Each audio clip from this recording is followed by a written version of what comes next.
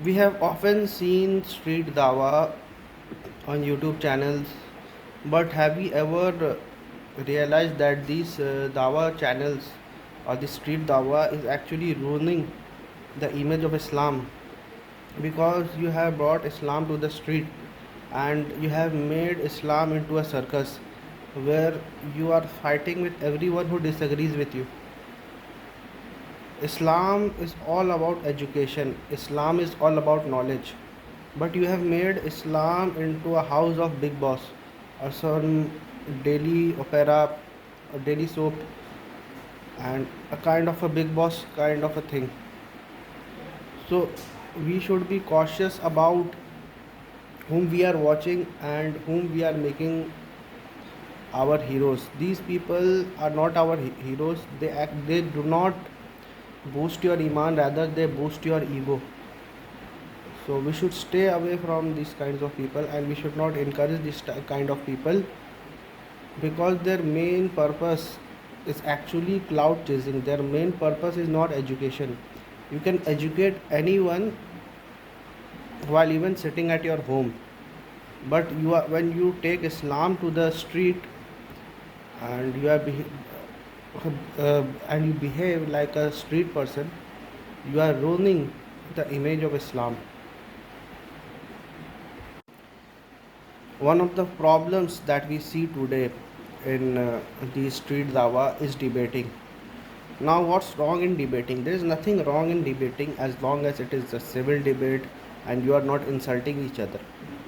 If you are insulting each other, then this is for your ego boasting, this is not for learning and knowledge, and you should not speak to those people who are not interested in speaking with you. Otherwise you are focusing on wrong people, but you still focus on these kinds of people because it brings more views to your YouTube channel. So if a person agrees with you or even respectfully disagrees with you, that person will not bring much views on your YouTube channel as compared to those people who is abusing you, who is abusing your prophet, and you are abusing him back, and you are belittling their faith. These people will get more views. So we should focus more on dialogues rather than debate. We should not focus on winning an argument. We should focus on understanding other people's argument. Also, these kinds of people, what they do, they actually give you a very narrow interpretation of Islam, which is based upon the sect they follow.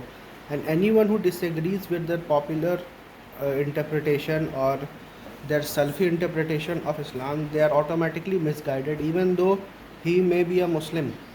But since he does not agree with your scholars or your interpretation of Islam, therefore he needs to be insulted on camera.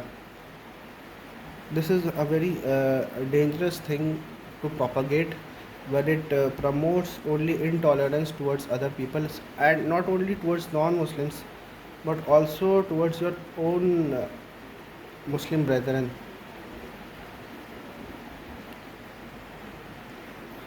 Another thing which I would like to add is that the dangers of ignoring modern scholars. There is a huge danger of ignoring modern scholars, and what is that? The dangers of ignoring modern scholars is that modern scholar has a huge advantage.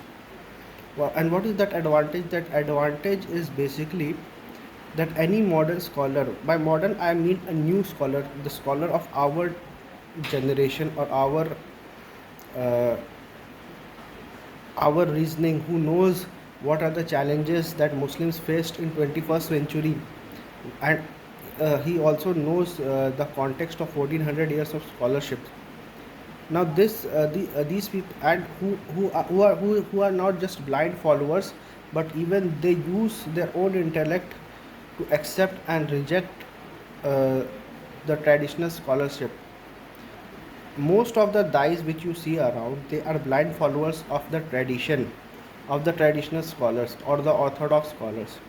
But what the modern scholars do, they actually pick and choose that these things said by modern scholars is true and these things said by modern scholars is false.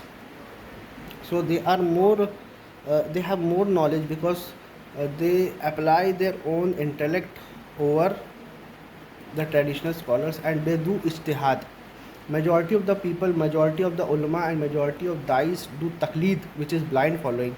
But modern scholars are the true mujtahid because they don't follow the previous scholarship blindly. They use their intellect and they give verdict based upon the current situation, the best interpretation which is possible today, not 1400 backs or 1200 years back. These kinds of scholars bring Prophet Muhammad sallallahu alaihi wasallam to the 21st century, and the traditional scholars or the blind followers, what they do, they take us from 21st century to 7th century. We should bring Quran and Sunnat forward rather than taking the people of 21st century backwards. One of the most important thing in public speaking or in dawa is your own behavior, not only on camera but also in off camera. If no matter how strong your argument is, but if you do not behave well, whether that's in on camera or whether that's in on off camera, and if you do not train Muslims, if the Muslims themselves are not behaving well, no matter how strong your argument is, it will fall flat on your face.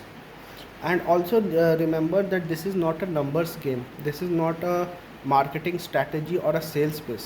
This is Islam, and Allah does not care how many people accept Islam. And this is not a uh, conversion game. You are not here to fulfill a target, you are just there to convey the message. You are not greater than the prophets who had less followers than you. Fine. So don't brag upon how many people have you converted. Rather, you will not be questioned about how many people you have converted because that was not in your hand. And that's like boasting about how many dollars you have earned. That's not in your hand because Allah has given you the opportunities to earn dollar, and Allah has given you the opportunity to maybe do what you are doing right now. And you are fooling yourself in believing that just because of you many people have so called accepted Islam, that's the reason I am going to Jannah and even they are going to Jannah. No, that may not be true, and that is not something which is required from you in the first place. Converting people and just reciting shahada is not enough. You think that's enough? That's the very superficial way of understanding Islam. Rather, submitting your God, whether you are a Muslim or a non-Muslim, is what makes you a true Muslim. By namesake, by reciting the Shahada, by having a beard or a hijab, or apparently you may be a Muslim, but until you submit to God, to whatever knowledge you have, you will never become a true Muslim.